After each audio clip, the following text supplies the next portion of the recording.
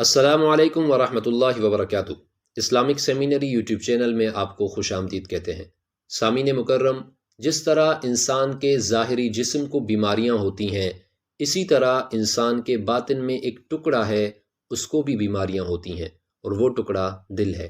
نبی کریم صلی اللہ علیہ وسلم کا ارشاد ہے کہ انسان کے جسم میں ایک ایسا ٹکڑا ہے کہ اگر وہ تندرست ہوتا ہے تو پورا جسم درست ہوتا ہے، اور اگر وہ بگڑ جاتا ہے تو پورا جسم بگڑ جاتا ہے۔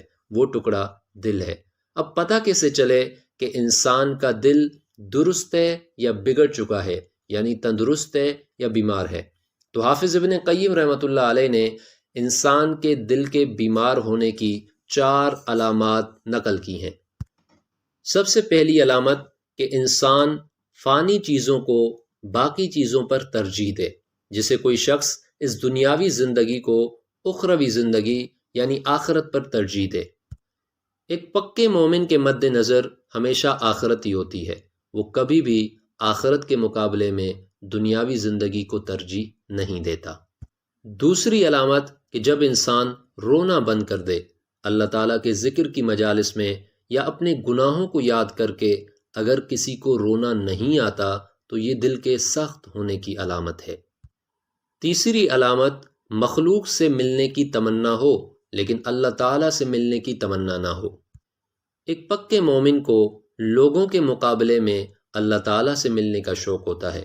ظاہر سی بات ہے کہ جس کو اللہ تعالیٰ سے ملنے کی تمنا ہو تو اسے اپنی اصلاح کی فکر بھی ہوتی ہے، اور اللہ تعالیٰ سے محبت کرنے والا شخص مخلوق کے مقابلے میں اللہ تعالیٰ سے ملنے کا مشتاق ہوتا ہے۔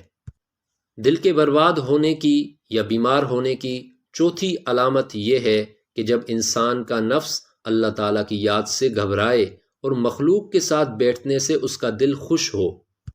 اب خدا نخواستہ اگر کسی کا دل اللہ والوں کی مجلس میں بیٹھنے سے یا اللہ تعالیٰ کا ذکر کرنے سے گھبراتا ہے اور لوگوں کے ساتھ بیٹھنے سے خوش ہوتا ہے تو یہ دل کے برباد ہونے کی علامت ہے۔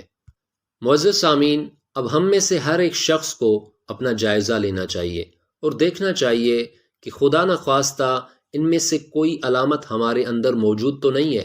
اگر موجود ہے تو فوراً اللہ تعالیٰ کی طرف رجوع کرنا چاہیے اور اللہ تعالیٰ کی بارگاہ میں گڑ گڑا کر معافی مانگنی چاہیے۔ یقیناً ہمارا رب نہایت بخشنے والا اور بے حد مہربان ہے۔ اس طرح کی مزید ویڈیوز دیکھنے کے لیے ہمارے چینل کو سبسکرائب کر لیں، ویڈیو کو لائک اور شیئر ضرور کریں۔ السلام علیکم ورحمۃ اللہ وبرکاتہ۔